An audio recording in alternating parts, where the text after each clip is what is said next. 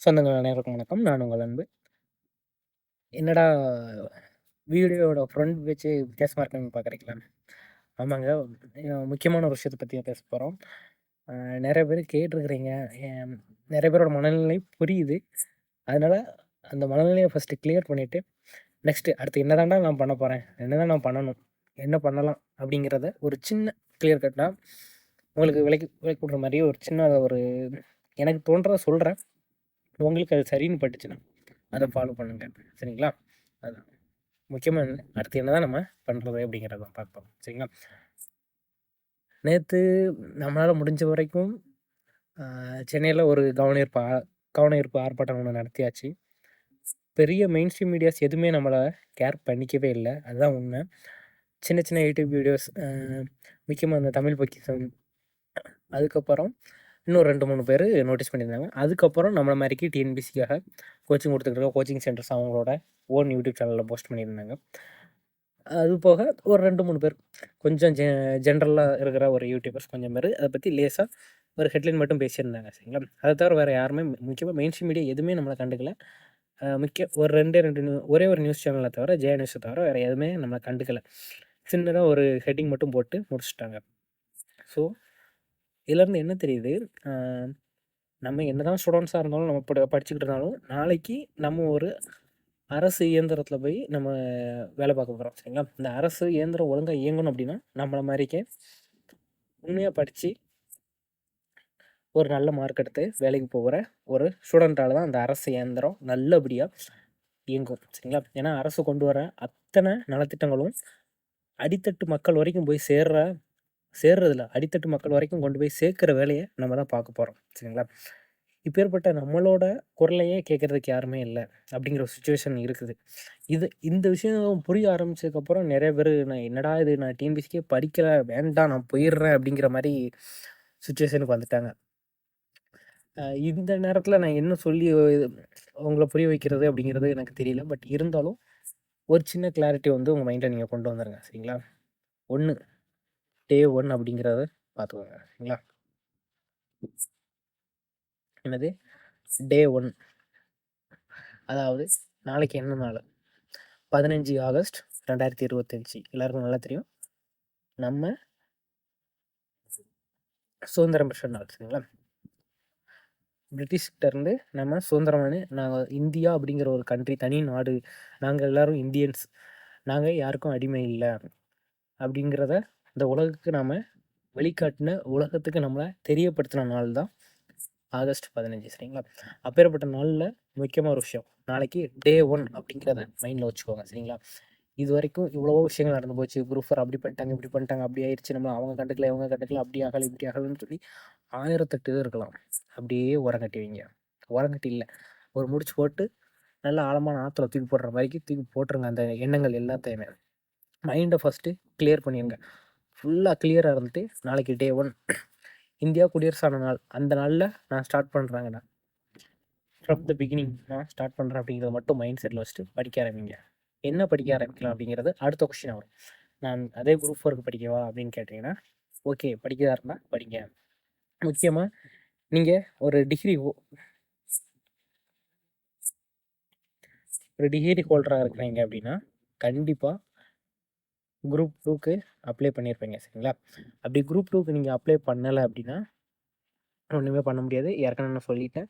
என்ன ஆனாலும் பரவால்ல. அப்ளை பண்ணிருங்கன்னு சொல்லியிருந்தேன். வேற வாய்ப்பே இல்ல. நேத்தே முடிஞ்சு போச்சு லாஸ்ட் டேட்டு. ஒண்ணும் பிரச்சனை இல்ல. அடுத்த எக்ஸாம்க்கு ரெடி ஆகலாம். சரிங்களா? இப்ப நமக்கு இருக்கிற ஒரே ஹோப் என்ன? குரூப் 2 யாருக்கு? டிகிரி முடிச்ச எல்லா ஸ்டூடண்ட்ஸுக்கும் இந்த ஹோப் இருக்கு. அதுவும் முக்கியமா அப்ளை பண்ணவங்களுக்கு மட்டும் தான் இது இருக்கு. எல்லா தாட்ஸையும் தூக்கி ஒரு ஓரமா போட்டு குரூப் 2 உட்காந்து படிக்க ஆரம்பிச்சுருங்க. அப்படி இல்ல சார் நான் எனக்கு 10த் குவாலிஃபிகேஷன் 10த் தான் முடிச்சிருக்கேன். 10த் குவாலிஃபிகேஷன் தான் இருக்குது. 12த் தான் முடிச்சிருக்கிறேன்.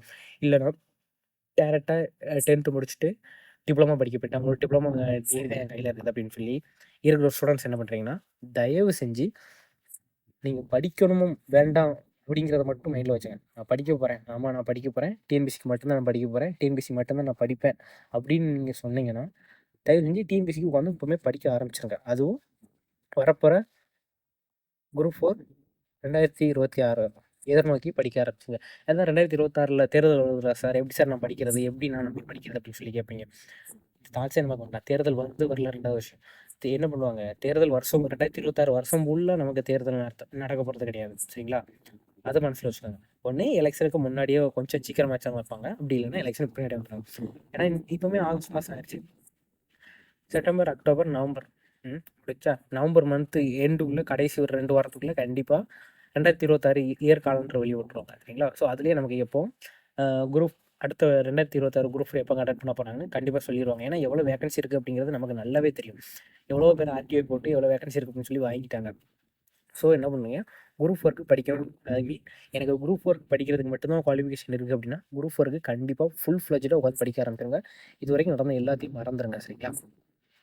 ஏன்னா டிஎன்பிசி நம்ம கோரிக்கையில் செவி சாய்ச்சி கேட்குறாங்க, கேட்கல ரெண்டாவது விஷயம். நம்மளால முடிஞ்ச ஒரு வாய்ஸை நம்ம ரைஸ் பண்ணி காமிச்சிட்டோம், நாங்கள் இப்போ இருக்கிறோம் அப்படிங்கிறத ஒரு அட்டனன்ஸ் போட்டாச்சு, அவ்வளோதான்.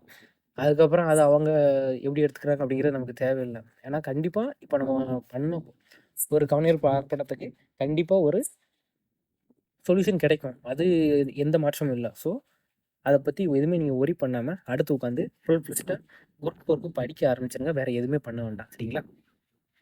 அப்படி இல்லை சார், எனக்கு இருந்தாலும் சின்னதாக ஒரு நெருடல் இருக்குது அப்படின்னா, ஃபஸ்ட்டு போய் உட்காந்துட்டு உங்களோட ஒய்ரிஷன் என்ன அப்படிங்கிறத பாருங்கள். சரிங்களா?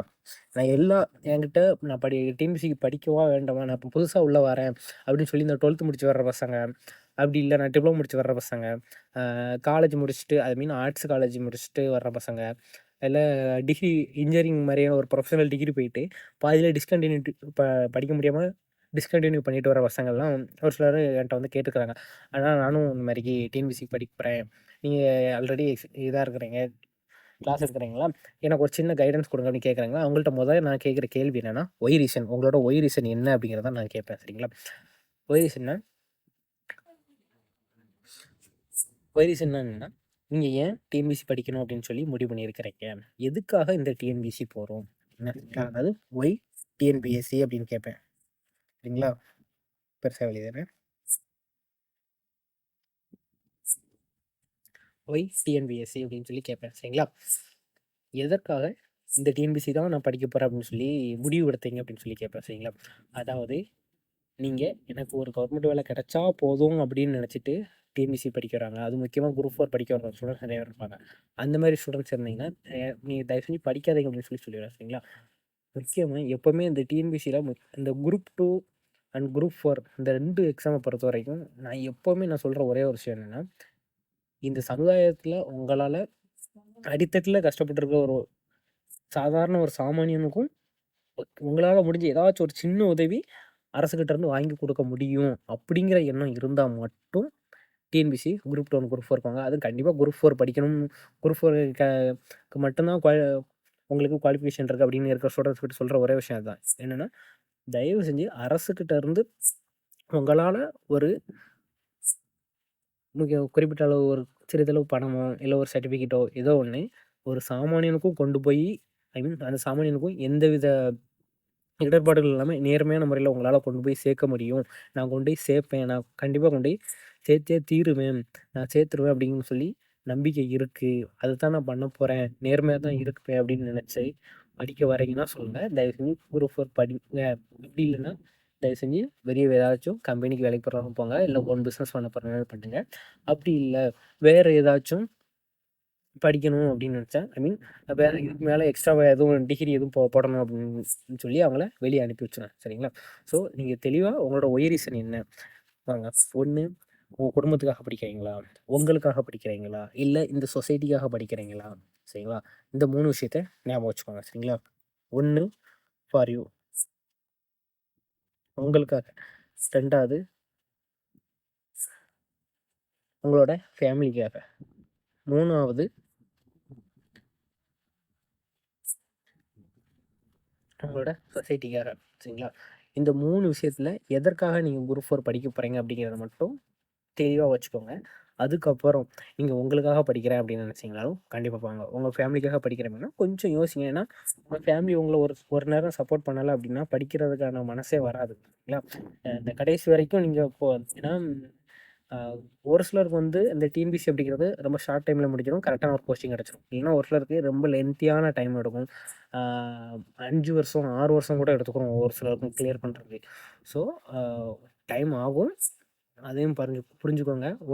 ஆ சீக்கிரமா கிடைக்கிறதுக்கு வாய்ப்புகள் இருக்கு. இல்ல கொஞ்சம் அதிகமாவே டைம் எடுக்கிறதுக்கும் வாய்ப்புகள் இருக்கு. அத புரிஞ்சுகிட்டு படிக்க உட்காருங்க அப்படின்னு சொல்றேன். சரிங்களா? அதே தான் இப்பவும் உங்களுக்கு சொல்றேன். நான் படிக்க போறேன். நான் கண்டிப்பா டிஎன்பிசிக்கு தான் நான் படிப்பேன் அப்படின்னு முடிவு பண்ணிட்டீங்க அப்படின்னா, தயவு செஞ்சு குரூப் குரூப் ஃபோர் 2026 எய்ம் பண்ணி படிக்க ஆரம்பிச்சுருங்க. கண்டிப்பா எப்படினாலும் ஏதாவது எக்ஸாம் போட்டு தான் ஆகணும். ஏன்னா வருஷம் பூரா எலக்ஷன் நடக்க போறது கிடையாது. சரிங்களா? சரி, ஓகே. இது யாரு நம்ம குரூப் 4க்கான குவாலிஃபிகேஷன் இருக்கிற ஸ்டூடெண்ட்ஸ்க்கு. இல்ல சார் நான் டிகிரி குவாலிஃபிகேஷன் வச்சிருக்கிறேன் அப்படின்னா, நீங்க குரூப் 2க்கு ஆல்ரெடி அப்ளை பண்ணியிருப்பீங்க. அப்ளை பண்ணலன்னா, ஆ அது உங்களோட என்னன்னு உங்களையும் குறை சொல்ல முடியாது. ஏன்னா நம்ம இருந்த மைண்ட் சிச்சுவேஷன் அப்படி. சரிங்களா? அதனால அப்ளை பண்ணியிருந்தா ரொம்ப சந்தோஷம். ஒழுங்கா உட்காந்து படிக்க ஆரம்பிச்சிடலாம். சரிங்களா? என்னது குரூப் 2க்கு ப்ரிப்பேர் பண்ண ஆரம்பிச்சிடலாம். எப்படி ப்ரிப்பேர் பண்ணுறது அப்படின்னு சொல்லி ஒரு சின்ன கஷ்டம் வரும். சரிங்களா? என்ன கேட்டிங்கன்னா, எல்லாத்தையும் ஓரங்கட்டி வச்சுட்டிங்கனாலே போதுமானது. ஓரளவுக்கு உங்களுக்கு மைண்ட் ஃப்ரீ ஆயிடும். மைண்ட் ஃப்ரீ ஆயிடுச்சுனாலே உட்காந்து படிக்க ஆரம்பிச்சிடலாம். ஏன்னா நம்ம புதுசா ஒண்ணும் படிக்கல. ஏற்கனவே படிச்சுக்கிட்டு இருந்தோம். சம்திங் இந்த மாரி ஒரு பெரிய இஷ்யூ, ஒரு ஸ்ட்ரகிள் வந்து குரூப் 4 அப்படிங்கிற மூலமா நமக்கு வந்ததுனால கொஞ்சம் அன்ஸ்டேபிள் ஆயிட்டோம். அவ்வளோதான். என்ன சொல்றது? இந்த மாட்டு வண்டி வந்து ரோட்லேருந்து மணல் ரோட்டுக்கு கீழே இறங்கும்போது ரொம்ப அப்படியே ஆடிக்கிட்டே போகிற மாதிரி இருக்கும். ஆனால் ஒன்ஸ் கரெக்டான ஒரு மண் தரையை சேர்ந்ததும் அந்த மாட்டு வண்டி ஆடாமல் அப்படியே போய்கிட்டே இருக்கும். சரிங்களா? அந்த மாதிரி தாங்க. கொஞ்சம் நமக்கு கஷ்டமாக தான் இருக்கும் இந்த குரூப் 4 அப்படிங்கிற எக்ஸாம்லேருந்து வெளியே வர்றதுக்கு. அதெல்லாம் தூரம் மறந்துட்டு குரூப் 2 நம்ம அப்ளை பண்ணிட்டோம். கண்டிப்பா இதில நம்ம கிளியர் பண்ணி ஆகணும் அப்படின்னு சொல்லலாம். ஏன்னா நம்ம இப்போ பண்ண அந்த கவனஈர்ப்பு ஆர்ப்பாட்டத்தினால கண்டிப்பா குரூப் 2ல கொஸ்டின்ஸ்லாம் கரெக்டான தரத்தில இருக்கும். கரெக்டான மாரி தான் இருக்கும் அப்படின்னு எனக்கு நம்பிக்கை இருக்கு. கண்டிப்பா அப்படிதான் கேட்கறதுக்கான வாய்ப்புகள் அதிகமா இருக்கு. ஏன்னா இதுக்கப்புறமும் இவங்க அந்த மாரிக்கு ஜல்குத்த வேலைகள் எதுவும் பார்த்தாங்க, இல்ல அவுட் ஆஃப் சிலபஸ் ரொம்ப கொஸ்டின்ஸ் வருது, என்னன்னே தெரியாத ஆன்சரே கொண்டு வர முடியாத அளவுக்கு சம்ஸ் எல்லாம் கொண்டு வந்தாங்க அப்படின்னா, கண்டிப்பா பெரிய பிரச்சனை ஆகுங்கிறது அவங்களுக்கும் தெரியும். அதனால இந்த குரூப் 2 வந்து ஓரளவுக்கு கொஞ்சம் டீசென்ட்டா தான், அதுவும் பிரிலிம்ஸ் ரொம்ப டீசென்ட்டா தான் நடக்கும் அப்படிங்கிறது ஆணித்தரமா நம்ம அடிச்சு சொல்லலாம். சரிங்களா? அதனால எந்த தாட்ஸுமே இல்ல, செகண்ட் தாட்ஸுமே இல்லாம குரூப் 2க்கு நீங்க படிக்க ஆரம்பிச்சுருங்க. சரிங்களா? அதுக்கப்புறம் இல்ல சார் இன்னும் எனக்கு குழப்பமா இருக்கு அப்படின்னா, அ தயவு செஞ்சு ஒரு நாளைக்கு ஒரு நாள் கூட எடுத்துக்கங்க. சரிங்களா? நாளைக்கு ஒரு நாள் என்னது ஆகஸ்ட் 15 ஒரு நாள் ஃபுல்லா உட்காந்து யோசிச்சுருங்க. நான் இந்த வீடியோ எப்போ பார்ப்பீங்கன்னு தெரியாது. பார்க்கும்போது ஒரு நாள் ஃபுல்லா உட்காந்து யோசிச்சிருங்க. யோசிச்சு முடிச்சுட்டு நான் படிக்கவா டே 1 அப்படி இல்லைன்னா இதுதான் என்னோட லாஸ்ட் டேவா, அதாவது இந்த டிஎன்பிசி குரூப் டிஎன்பிசி எக்ஸாமுக்கு லாஸ்ட் டேவா லைஃப்ல இந்த எக்ஸாம்பிள் இருக்கிற இந்த ஆஸ்பிரண்ட் அப்படிங்கிற இது சரிங்களா? ஆஸ்பிரண்ட்டாக நான் உட்காந்து படிக்கிற நாளைக்கு முதல் நாளா இல்லை ஆஸ்பிரண்ட்டாக என்னோட கடைசி நாளா அப்படிங்கிறத மைண்டில் வச்சுட்டு ஃபஸ்ட்டு டிசைட் பண்ணிவிட்டு படிக்கணும்னு நினச்சிங்கன்னா நாளைக்கு டே 1ன்னு சொல்லி ஸ்டார்ட் பண்ண ஆரம்பிச்சிருங்க. சரிங்களா? ஸ்டார்ட் பண்ணி படிக்க ஆரம்பிச்சிருங்க. வரதை பார்த்துக்கலாம். சரி, எப்படி படிக்கிறது என்ன சொல்லி முடிஞ்ச வரைக்கும் அடுத்த ஒரு வீடியோ போட ட்ரை பண்ணுறேன். சரிங்களா? அடுத்து அது சார் இதுதான் என்னோட லாஸ்ட் டே. நான் இதுக்கு முன்னாடி டிஎன்பிசி நான் படிக்கல, எல்லாத்தையும் வெறுத்துட்டேன் சொல்லி இருக்கிற ஸ்டூடெண்ட்ஸ், முக்கியமாக இந்த டிஎன்பிசி படிக்கிற ஸ்டூடெண்ட்ஸுக்கு ஒரு விஷயம் சொல்லி ஆகணும். எல்லாருக்கும் பெரிய பிரச்சனையாக இருக்கிறது ஒன்று ஃபேமிலி, அடுத்து ஏஜ். இந்த 2ம் தான் விடாக்கண்ண கொடாக்கண்ண மாரிக்கி.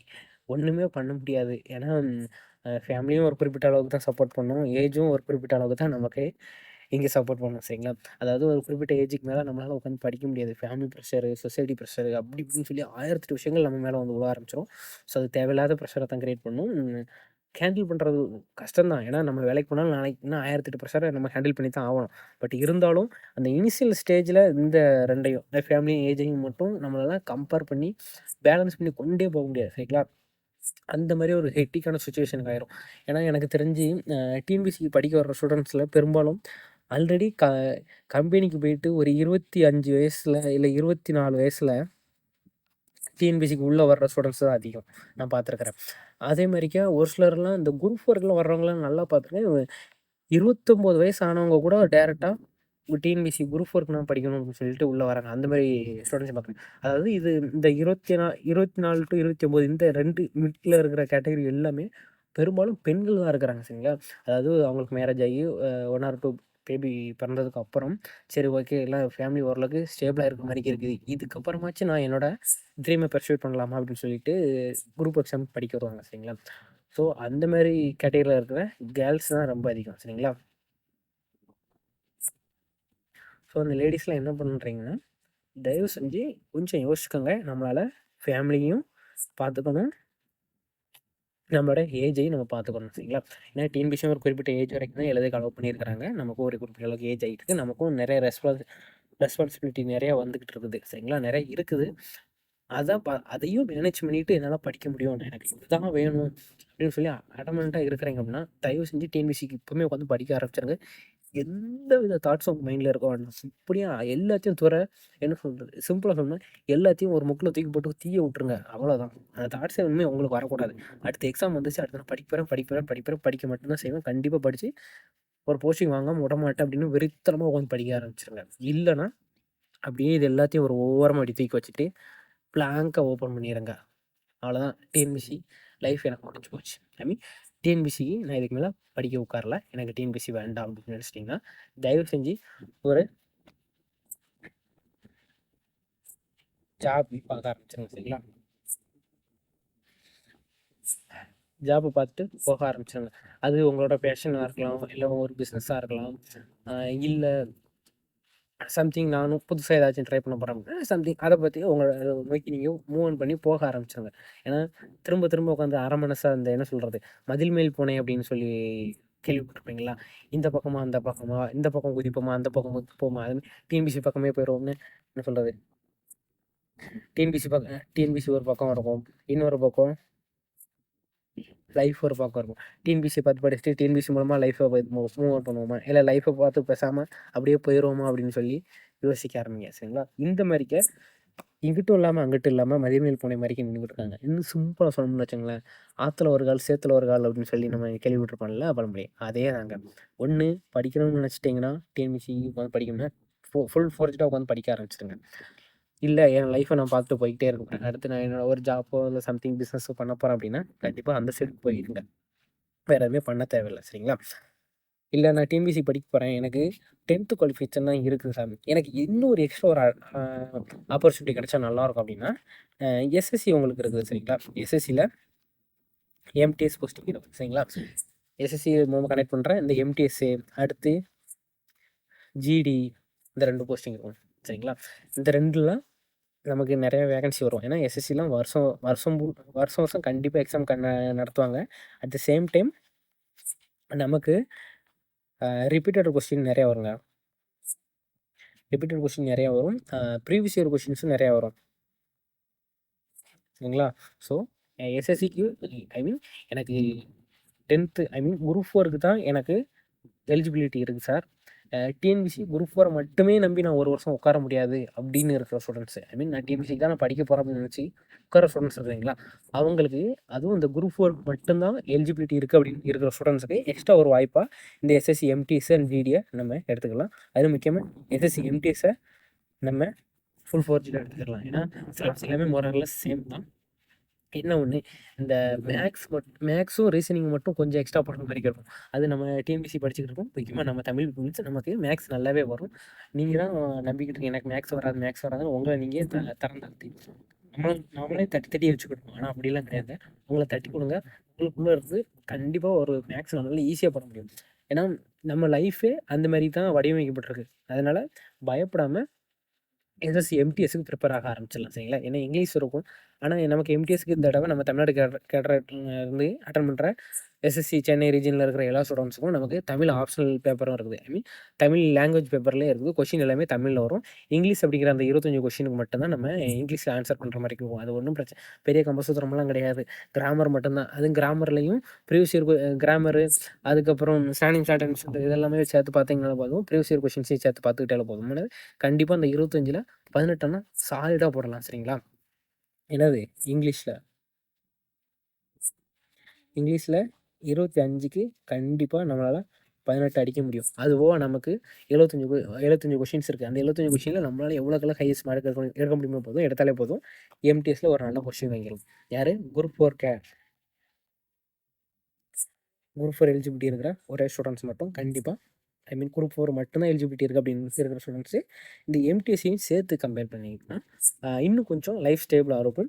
ஏன்னா வருஷத்துக்கு 2 எக்ஸாம், ஒரு குரூப் 4 மட்டும் நீங்கள் சூஸ் பண்ணியிருந்தீங்கன்னா வருஷத்துக்கு ஒரு தடவை தான் எழுத மாதிரி இருக்கும். இதுவே எம்டிஎஸ்ஸும் சேர்த்து நான் ப்ரிப்பேர் பண்ணிக்கிட்டு இருந்தேன் அப்படின்னா வருஷத்துக்கு 2 எக்ஸாம் எழுதிடலாம். அதாவது 6 மாதத்தில் ஒரு எக்ஸாம், அடுத்த 6 மாதத்தில் ஒரு எக்ஸாம் அப்படிங்கிற மாதிரி தான் கிட்டத்தட்ட காலண்டர் அப்படி தான் இருக்கும். அதனால் ஒரி பண்ணாமல் எஸ்எஸ்சி எம்டிஎஸ்க்கும் சேர்த்து ப்ரிப்பேர் பண்ண ஆரம்பிச்சிருங்க சரிங்களா. அப்படி இல்லை நான் லைஃப்பை பார்த்து தான் போகிறேன் அப்படின்னா அவங்க அப்படியே போயிருங்க சரிங்களா. இது குரூப் 4 ஸ்டூடெண்ட்ஸ்க்கு. இதுக்கப்புறம் முக்கியமாக இருக்கிற பசங்க யாருன்னா குரூப் 2A படிக்கிற ஸ்டூடெண்ட்ஸ் சரிங்களா. அதாவது டிகிரி முடிச்சிருக்கிற ஸ்டூடெண்ட்ஸு. நான் குரூப் 2 அண்ட் குரூப் 4 மட்டும் படிப்பேன் சார், குரூப் 2 அண்ட் குரூப் 4 மட்டும் படிப்பேன் சார் அப்படின்னு இருக்கிற ஸ்டூடெண்ட்ஸு தயவு செஞ்சு உங்கள் இந்த லிஸ்ட்டில் இன்னொரு விஷயத்தையும் ஆட் பண்ணிக்கோங்க சரிங்களா. என்ன அப்படின்னா குரூப் 1 சரிங்களா. இல்லை குரூப் 1லாம் உங்கள் சார் விஷயம் அப்படி இருக்கும் இப்படி இருக்கும், அந்த ஆணியே நமக்கு வேண்டாம், ஒரு ஈரங்காயமும் வேண்டாம். அப்புறம் அப்படியே ஒரு வாரம் வச்சேன். என்னது குரூப் 2 சிலபஸ் பார்த்தாலும் சரி, குரூப் 4 சிலபஸை பார்த்தாலும் சரி, குரூப் 1 சிலபஸ் பார்த்தாலும் சரி, மோரர்லஸ் எல்லாமே சேமாக தான் இருக்கும். என்ன ஒன்று அந்த கொஷின் கேட்குற தரம் தான் கொஞ்சம் முன்ன பின்ன இருக்கும் சரிங்களா. அந்த கொஷின் பேப்பரை ஒன்றும் இல்லை, இந்த குரூப் 1 பேப்பரை கொஷின் பேப்பரை மட்டும் எடுத்து பாருங்கள், அவ்வளவு அக்யூரேட்டாக இருக்கும். என்ன சொல்கிறது, கொஷினை இப்படி கேட்கலாமா அப்படிங்கிற மாதிரி உங்களே கொஞ்சம் யோசிக்க வைப்பாங்க. அந்த மாதிரியான கொஷின்ஸ் ப்ரிலிம்ஸில் நிறையாவே உங்களால் பார்க்க முடியும். ஸோ அந்த மாதிரி மைண்ட் செட்டுக்கு நீங்கள் வந்துட்டீங்கனாலே போதும். என்ன சொல்கிறது, அப்துல் கலாமோட ஒரு கோட் ரொம்ப எனக்கு பிடிக்கும். என்னென்னா எப்பொழுதும் நட்சத்திரங்களுக்கு குறி வையுங்கள், அப்போதுதான் தெருவிளக்கின் உயரத்தையாவது நம்மளால் அடைய முடியும் அப்படின்னு அப்துல் கலாமோட அந்த ஒரு கோட் எனக்கு ரொம்ப ரொம்ப பிடிச்ச கோட் சரிங்களா. அதாவது நம்மளோட எண்ணங்களை எப்பவுமே உயர்வாக வச்சுக்கணும், உயர்வாக வச்சா தான் குறிப்பிட்ட ஒரு லெவலுக்காச்சும் மற்றவங்களோட ஒரு ஸ்டெப் முன்னாடி நம்ம இருக்கணும் அப்படிங்கிறத இந்த கோட் மூலமாக அப்துல் கலாம் சொல்ல வரேன். அது எப்பவுமே எனக்கு மைண்ட் ஓடிக்கும். அதனால சொல்கிறேன், கண்டிப்பாக டிகிரி குவாலிஃபிகேஷன் இருக்கிற ஸ்டூடெண்ட்ஸ் யாருனாலும் ஒன்றுமே இல்லை, அவங்க கேட்குறது பேசிக்காக ஒரு டிகிரி, அவ்வளோதான். நீ அதில் டிகிரி எந்த எந்த ஜேர்னலில் பண்ணியிருந்தாலும் எனக்கு இதே இல்லை, நீ டிகிரி குவாலிஃபிகேஷனாக எலிஜிபிலிட்டியா முடிச்சிருக்கிறியா, அவ்வளோதான். இந்த ஒரே ஒரு குவாலிஃபிகேஷன் மட்டும் வச்சுருந்தா போதும். இல்லை நான் 12th முடிச்சிருக்கேன், எனக்கு இதில் ஃப்ரீ டைம் இருக்கு அப்படின்னா ஒன்றும் தொந்தரவு இல்லை. ஃப்ரீ டைமில் உட்காந்து உங்களால் முடியும், கொஞ்சம் உங்களால் ஒரு ஃபினான்ஷியலாக உங்களை சப்போர்ட் பண்ணுறதுக்கு கொஞ்சம் வழி இருக்குது அப்படின்னா கரஸில் கூட ஒரு டிகிரி போட்டுட்டு ப்ரிப்பேர் பண்ண ஆரம்பிச்சிருக்கேன், ஒன்றும் தப்பு இல்லை சரிங்களா. பண்ணிவிட்டு குரூப் 1க்கும் சேர்த்து ப்ரிப்பேர் பண்ண ஆரம்பிச்சிருங்க. இந்த குரூப் 2 அண்ட் குரூப் 4 மட்டும்தான் படிப்போம்னு சொல்லிட்டு இதிலேயே உட்காந்துக்கிட்டு இருக்காதீங்க சரிங்களா. இதிலே உட்காந்துக்கிட்டு இருந்தால் கடைசி வரைக்கும் இதிலே தான் உட்காந்துக்கிட்டு இருக்க மாதிரிக்கே நமக்கு தோணும். ஒரு குரூப் 1 பேப்பர் எடுத்து பார்த்தா தான் நமக்கு இந்த மாதிரிலாம் கொஸ்டின் இருக்கு, அப்போ நான் எந்த அளவுக்கு இன்னும் ப்ரிப்பேர் பண்ணணும் அப்படின்னு உங்களை நீங்களே தட்டி கொடுக்குறதுக்கு வந்து இந்த குரூப் 1 கொஸ்டின் பேப்பர்ஸ் ரொம்ப உதவும். அதுவும் குரூப் 1 எக்ஸாம் போய் அட்டன் பண்ணாலே போதுமானது. ப்ரிலிம்ஸ் ஒன்றும் இல்லை, ப்ரிலிம்ஸ் மட்டும் போய் அட்டன் பண்ணி பார்த்துருவாங்க. எந்த அளவுக்கு உங்களோட க்யூரியாசிட்டி எந்த அளவுக்கு அதிகமாகுது அப்படிங்கிறத கண்டிப்பாக நீங்களே உணர்வீங்க. அதுக்கப்புறம் அந்த குரூப் 1 குரூப் 4ல் கண்டிப்பாக உங்களோட பெர்ஃபார்மன்ஸு ஒரு பீக் லெவலில் இருக்கும் சரிங்களா. அதனால் டிகிரி வச்சுருக்க யாராக இருந்தாலும் குரூப் 1க்கும் சேர்த்து ப்ரிப்பேர் பண்ணுங்கள். இல்லை எனக்கு டிஎன்பிசியில் கொஞ்சம் இதாக இருக்குது, வேறு எதுவுமே படிக்கணும் அப்படின்னா, வேறு எனக்கு டிஎன்பிசி வேண்டாம், ஆனால் நான் படிக்கணும், ஒரு கவர்மெண்ட் ஜாப் வேணும் அப்படின்னு இருக்கிறவங்களுக்கு வந்து ஆப்பர்ச்சுனிட்டி நிறையா இருக்குது. யூபிஎஸ்சி இருக்குது, எஸ்எஸ்சி இருக்குது, ஆர்ஆர்பி இருக்குது, அதுக்கப்புறம் ஐபிபிஎஸ் இருக்குது, இந்த மாதிரிக்கு நிறைய எக்ஸாம்ஸ் நமக்கு இருக்குது சரிங்களா. உங்களுக்கு வேணும்னா கீழே கமெண்ட் பண்ணுங்கள், இந்த என்னென்ன எக்ஸாம் இருக்குது, அதுக்கு எப்படி அப்ளை பண்ணலாம், என்ன மாதிரியான சிலபஸ் ஃபாலோ பண்ணுறாங்க, எந்த மாதிரியான மெத்தட் ஃபாலோ பண்ணோம்னா இந்த மாதிரி எக்ஸாம்பிள்ஸ் எல்லாம் நம்மளால் ஈஸியாக கிளியர் பண்ண முடியும் அப்படின்னு பார்க்கலாம். ஒரு சின்ன எடுத்துக்காட்டு சொல்லிட்டோங்க, யூபிஎஸ்சி கிளியர் பண்ணுறதுலாம் ரொம்ப ஈஸி. ஆக்சுவலாக நானும் யூபிஎஸ்சி ப்ரிப்பேர் பண்ணியிருக்கேன் சொல்லுங்கள். செகண்ட் அட்டெம்ப்ட் 2 அட்டெம்ப்ட் கொடுத்துருக்குறேன். ஒரு அட்டெம்ப்ட்டில் ப்ரிலிம்ஸ் கிளியர் ஆகிருக்குது, ஒரு ஃபஸ்ட் அட்டெம்ப்ட்டில் ப்ரிலிம்ஸ் கிளியர் ஆகிருக்குது, மெயின்ஸில் கிளியர் பண்ணல, செகண்ட் அட்டெம்ப்ட்டில் ப்ரிலிம்ஸே கிளியர் ஆகல, அடுத்து தேர்ட் அட்டெம்ப்ட்டில் ரெடி ஆகிக்கிட்டு இருக்கேன். யூபிஎஸ்சியை பொறுத்த வரைக்கும் ரொம்ப முக்கியமான விஷயம் ஒரு பெனிஃபிட் என்னென்னு கேட்டிங்கன்னா, முக்கியமான ஸ்டாண்டர்ட் புக்ஸ்னு சொல்லி ஒரு 4 புக்கு வரும், அவ்வளோதான். பாலிட்டி லக்ஷ்மிகாந்த், அதுக்கப்புறம் எக்கனாமிக்ஸ்க்கு ஒரு புக்கு, இந்த மாதிரி ஜியாகிரஃபிக்கு ஒரு புக்குன்னு சொல்லி மொத்தம் ஒரு 4 புக்கு 5 புக்கு தான் ஸ்டாண்டர்ட் புக்குன்னு இருக்கும். அந்த 5 புக்கை மட்டுமே நீங்கள் படித்தா போதுமானது. யூபிஎஸ்சிலேருந்து வர்ற கொஷின்ஸை நீங்கள் ரொம்பவே டேக்கிள் பண்ணலாம். ஏன்னா அவங்க டேரெக்டாக புக்கில் இருந்து எக்ஸாக்டாக இதை சொன்னவர் யார் அப்படிங்கிற மாதிரிலாம் கேட்க மாட்டாங்க. ஒரு ஜென்ரலான ஒரு பெர்ஸ்பெக்டிவில் இருக்கிற கேண்டிடேட் மட்டும்தான் யூபிஎஸ்சிக்கு தேவை அப்படிங்கிற மைண்ட் செட்டில் கொஷின் பேப்பர் இருக்கும் சரிங்களா. அதை மட்டும் நீங்கள் பார்த்தாலே போதுமான அழகாக யூபிஎஸ்சி ப்ரிலிம்ஸ் கிளியர் பண்ணலாம். அடுத்த மெயின்ஸ் வந்து கண்டிப்பாக படிச்சு ஆகணும், அது ப்ரிப்பேர் பண்ணிக்கலாம் சரிங்களா. அதுக்கப்புறம் எஸ்எஸ்சி ஆர்ஆர்பி இதனால என்னென்ன பண்ணலாம், ஐபிபிஎஸ் எப்படி ப்ரிப்பேர் பண்ணலாம், என்ன பண்ணலாம் அப்படின்ட்டு தனி வீடியோ வேணும்னு சொல்லுங்கள், கீழே கமெண்ட் போட்டு விட்றேன் சரிங்களா. ஸோ ஒரே விஷயம் தான் மைண்டில் நல்லா புரிஞ்சு வச்சுங்க, அடுத்து என்ன செய்யறது அப்படிங்கிற இந்த கொஸ்டின் இதுக்கப்புறம் உங்கள் மைண்டில் வரவே கூடாதுங்க சரிங்களா. இதை மட்டும் மைண்டில் வச்சுக்கோங்க. என்ன ஆனாலும் சரி, படிக்க போறேன் அப்படின்னு நினச்சு உட்காந்துட்டிங்கன்னா, நாளைக்கு டே 1 அப்படின்னு சொல்லிட்டு உட்காந்துருங்க. இன்னையோட இத எல்லாத்தையும் ஓரங்கட்டி வச்சுட்டு, தாட்ஸ் எல்லாத்தையும் ஓரங்கட்டி வச்சுட்டு படிக்க உட்காந்துருங்க. இல்ல இதான் எனக்கு லாஸ்ட் டே அப்படின்னா, இத அப்படியே விட்டுட்டு, அடுத்து என்ன வேலையோ போய் பார்க்க ஆரம்பிச்சுருங்க. தேவையில்லாம உங்க லைஃபையும், உங்களுடைய அ வாழ்நாள்ல முக்கியமா உழைக்க வேண்டிய நேரத்தில இங்க உட்காந்துட்டோமே அப்படின்னு சொல்லி நாளைக்கு ஃபீல் பண்ணாதீங்க. சரிங்களா? என்ன சொல்றது? இன்னைக்கு உங்களுக்கு ஒரு 24 வயசு ஆகுதுன்னு வச்சுக்கோங்களேன். 24 எனக்கு 25 வயசே ஆயிருச்சுன்னு வச்சுக்கோங்களேன். இன்னமும் நீங்க உட்காந்து குரூப் 4க்கே உட்காந்து படிச்சுக்கிட்டு இருக்க மாரி இருக்கும். சரிங்களா? அதெல்லாம் பார்க்கும்போது என்ன தெரியும்? குரூப் 4க்கே உட்காந்து படிச்சோம். 25 இருந்துச்சு எல்லாம் வேண்டாம் அப்படின்னு சொல்லிட்டு வெளிய போகும்போது, எதுவுமே இல்லையேடா அப்படிங்கிற மாரி ஒரு ரொம்ப ட்விஸ்டான ஒரு சூழ்நிலைக்கு போயிருவீங்க. சரிங்களா? அதனால படிக்கணும்னு நினச்சு உட்காந்துட்டீங்கன்னா, தயவு செஞ்சு டே 1ன்னு சொல்லி படிக்க உட்காந்துருங்க. இல்லன்னா லாஸ்ட் டே எனக்கு அவ்வளோதான் டிஎன்பிஎஸ்சி நான் தலைமுழுகிட்டேன்டா அப்படின்னு சொல்லிட்டு தூர போயிட்டு அடுத்த வேலை என்னவோ அத பார்க்க ஆரம்பிச்சுருங்க. இதுக்கு மேலயும் உட்காந்து இதுவோ அதுவான்னு சொல்லி யோசிச்சுக்கிட்டு இருக்க வேண்டாம். அவ்வளோதான் நான் சொல்லணும்னு நினச்சேன். வேற எதுவும் கருத்துக்கள் வேணும்னா இருந்துச்சு அப்படின்னா சொல்லுங்க. உங்களோட மைண்ட்ல என்ன மாதிரியான தாட்ஸ் இருக்கு? இல்ல வேற எதுவும் பெர்சனலா பேசணும்னாலும் சொல்லுங்க. டெலகிராம்ல பெர்சனல் லிங்க் குடுக்குறேன். டைரக்ட்டா பேசிக்கலாம். சரிங்களா? ஆ வேற எதுவும் சந்தேகங்கள் இருந்தாலும் கேளுங்க. இல்ல இன்னும் உங்களுக்கு மைண்ட் சரியில்ல. க டைரக்ட்டா பேசணும். ஒரு சின்ன கவுன்சிலிங் மாரி கேளுங்க. முடிஞ்ச வரைக்கும் என் சைட்லேருந்து என்ன ஹெல்ப் பண்ண முடியுமோ பண்றேன். சரிங்களா? ரொம்ப முக்கியமானது நீங்க ஃபர்ஸ்ட்டு கிளியர் ஆவுங்க. கண்டிப்பா நமக்கான வழிகள் பிறக்கும். அத மட்டும் மைண்ட்ல வச்சுக்கோங்க. சரிங்களா? இதுதான் என்னைக்குமே நமக்கு முடிவு இல்ல. அடுத்து டே 1 சூரியன் மறைஞ்சா மறுநாள் காலையில விடிஞ்சு தான் ஆகும். அத மைண்ட்ல வச்சுக்கோங்க. அடுத்து கண்டிப்பா நம்ம ஏதாவது ஒண்ணு பண்ணி தான் ஆகணும். அது என்ன பண்றது அப்படிங்கிறத மட்டும் முடிவு பண்ணிக்கங்க. சரி. இந்த வீடியோ பிடிச்சிருந்துச்சுன்னா மறக்காம லைக் பண்ணிட்டு எல்லாருக்கும் ஷேர் பண்ணுங்க. கண்டிப்பா குரூப் எக்ஸாமுக்கு படிப்போமா வேண்டாமா அப்படின்னு கன்ஃப்யூஸ்ல இருக்கிற உங்க ஃப்ரெண்ட்ஸுக்கு இந்த வீடியோவை ஷேர் பண்ணுங்க. சரிங்களா? நன்றி. வணக்கம்.